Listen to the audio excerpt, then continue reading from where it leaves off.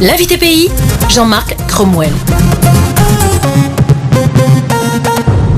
Marc Ouachuk, directeur commercial et du développement chez Guiacom, est notre invité. Il s'agira pour nous de découvrir le développement de la fibre optique en Guyane. Il est interrogé par Jean-Marc Cromwell. Bonjour, bienvenue. Bonjour à tous, bonjour Marc Ouachuk. Bonjour. Alors, Guiacom est un opérateur de télécommunications qui est spécialisé dans les hautes technologies, entre autres les satellites et puis la fibre optique. Est-ce que c'est la seule entreprise guyanaise qui propose ce type de technologie très puissante ? Oui, qui propose l'ensemble de ces technologies, que ce soit le satellite, le haut débit sans fil et la fibre optique en Guyane depuis 10 ans maintenant. Guiacom a 10 ans. Alors à l'origine, il y a deux personnes, une femme, Christine Chung, et puis un homme, Philippe Van den Bosch. Leur objectif au départ, c'était d'offrir des services pour combler en fait les zones blanches et l'enclavement numérique dont souffre la Guyane et particulièrement certaines zones très isolées. Exactement. Ils ont commencé par les zones de l'intérieur, les communes isolées de Guyane, sur le littoral ouest et est, et avec pour ambition justement de réduire la fracture numérique. Et c'est aussi dans cet esprit-là que l'année dernière, ils ont décidé de se lancer dans la fibre optique, en commençant par la Carapa, qui était une zone blanche, totalement isolée, qui n'avait pratiquement pas d'accès à Internet et très peu de téléphone. Donc l'objectif, le challenge, c'était justement de montrer que dans une zone blanche comme celle-là, on pouvait avoir du très haut débit.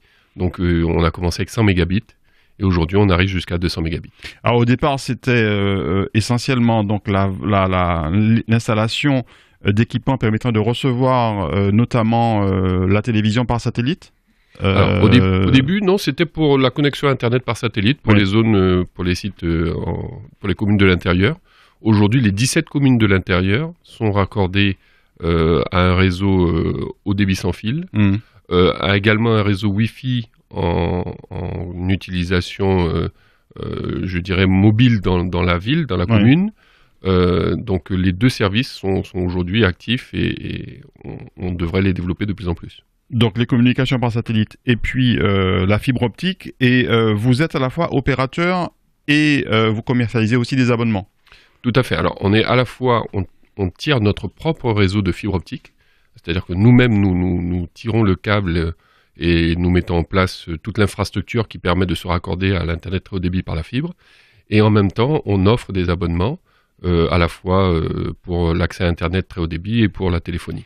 Et parfois, les équipements que vous installez permettent aussi à d'autres opérateurs de vendre des abonnements. Bien entendu, puisque en fait, à partir du moment où la fibre est installée, on est en train d'ailleurs de négocier des accords de mutualisation avec les opérateurs pour leur permettre d'utiliser le réseau que l'on a mis en place, notamment aussi dans des bâtiments, dans des immeubles.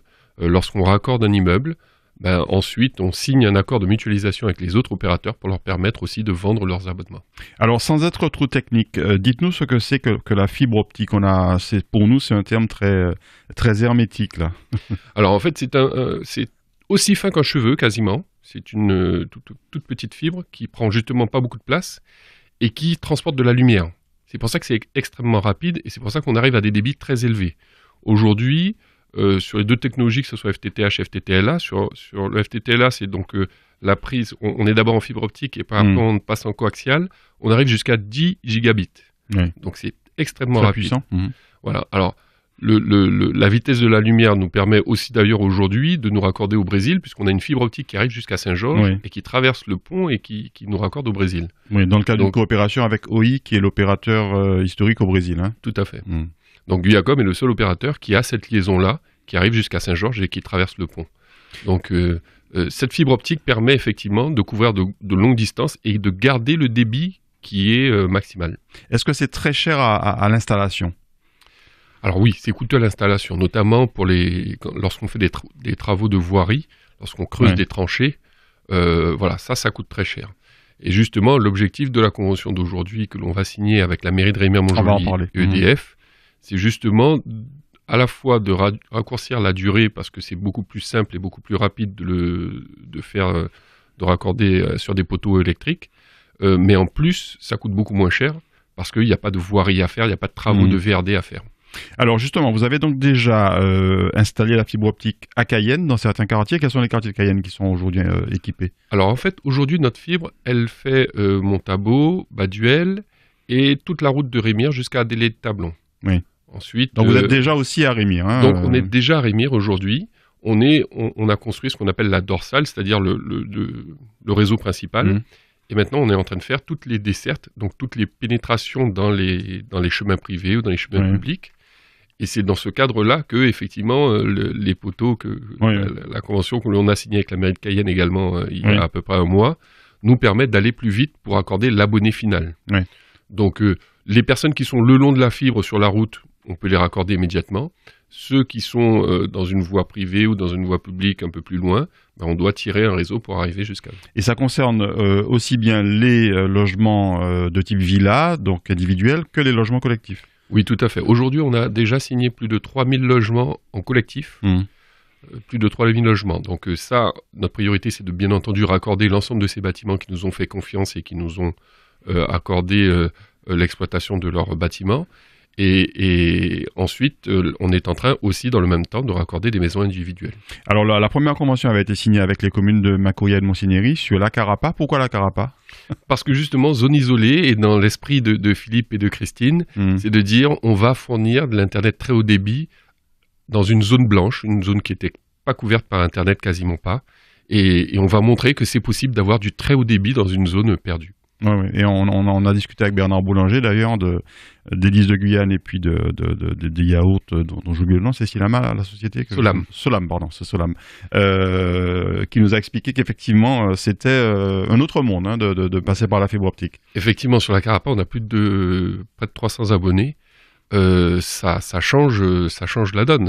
Une fois que aujourd'hui, c'est quasiment un droit à la connexion aujourd'hui que l'on a avec toutes les démarches administratives, avec l'ensemble de la partie administrative qui devient dématérialisée, où on doit maintenant se connecter pour pouvoir remplir des démarches administratives, c'est quasiment une obligation. Ces conventions que vous avez signées donc, aujourd'hui avec Cayenne, que vous allez signer tout à l'heure avec Rémire-Montjoly, et puis que vous avez signé aussi avec Montsinéry et Macoya, sont obligatoires. Vous êtes sur le domaine public, donc il faut passer forcément par les municipalités.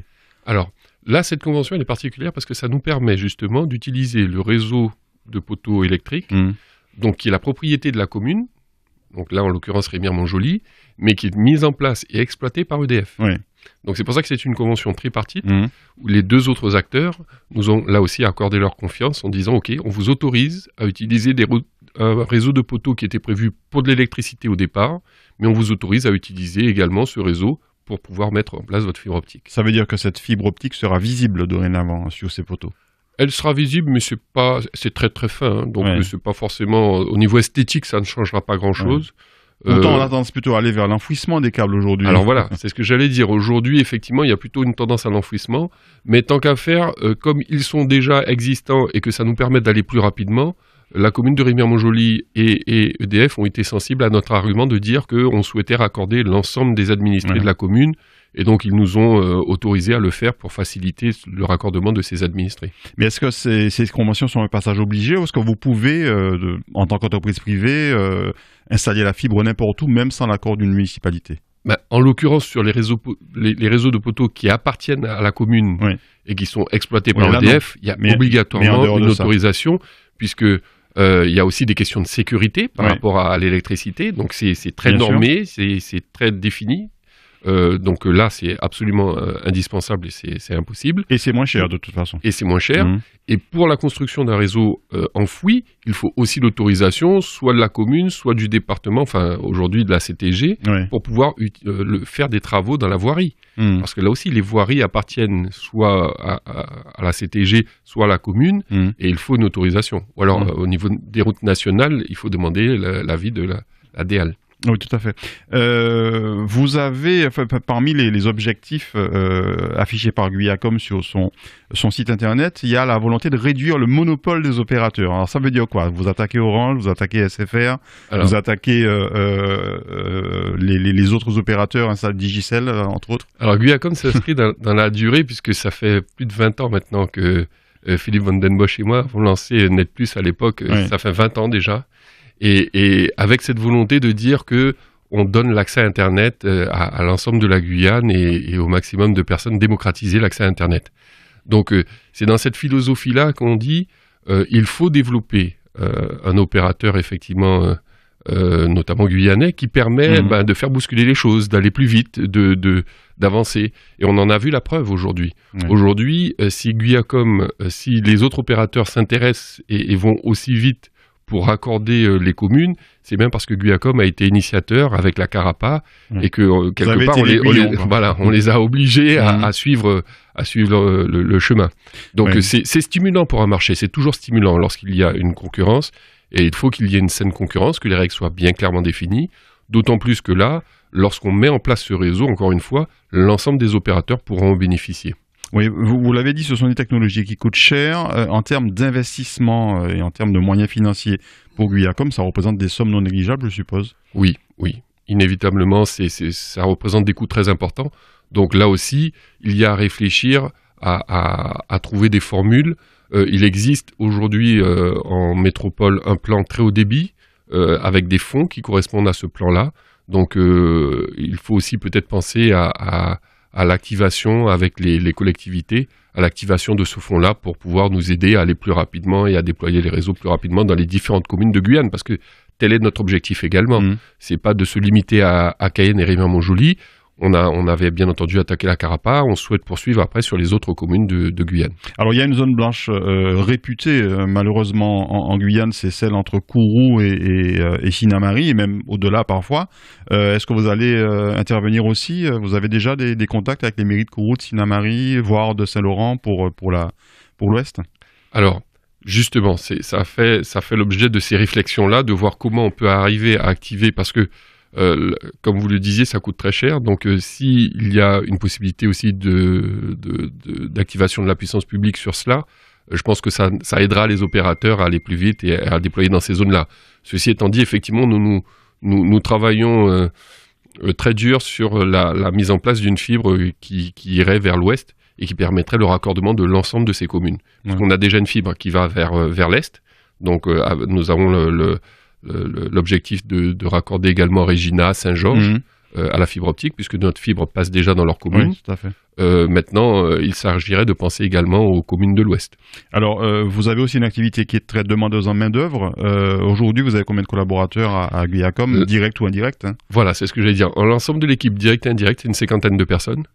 Mais vraiment direct, pratiquement au quotidien dans l'activité de Guyacom. Oui. Le retour sur investissement, c'est pour bientôt?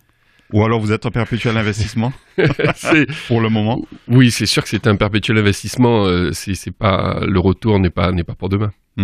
Un dernier mot, est-ce que c'est compliqué aujourd'hui en Guyane de se lancer dans une technologie de pointe comme celle-là, la fibre optique? Est-ce qu'il faut véritablement, est-ce qu'il y a beaucoup d'obstacles à franchir, ou est-ce que finalement il suffit d'abord d'un peu de volonté et puis de l'argent, bien sûr?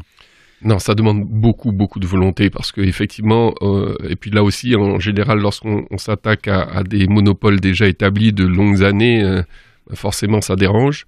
Donc c'est beaucoup d'énergie, beaucoup de travail et beaucoup de pugnacité pour continuer sur la durée. Mais bon, ça va, vous commencez à avoir un petit peu le fruit du travail et des investissements. Oui, bien heureusement, aujourd'hui, comme je le disais, c'est plus de 3000 logements qui ont été raccordés et aujourd'hui, on souhaite vraiment pouvoir aller beaucoup plus loin et fournir le très haut débit à l'ensemble de la Guyane. Merci beaucoup Marco Hachuk, directeur commercial et du développement de Guyacom, l'une des rares, en l'occurrence la seule entreprise guyanaise d'opérateurs de télécommunications spécialisée dans la fibre optique. Merci beaucoup et bonne journée.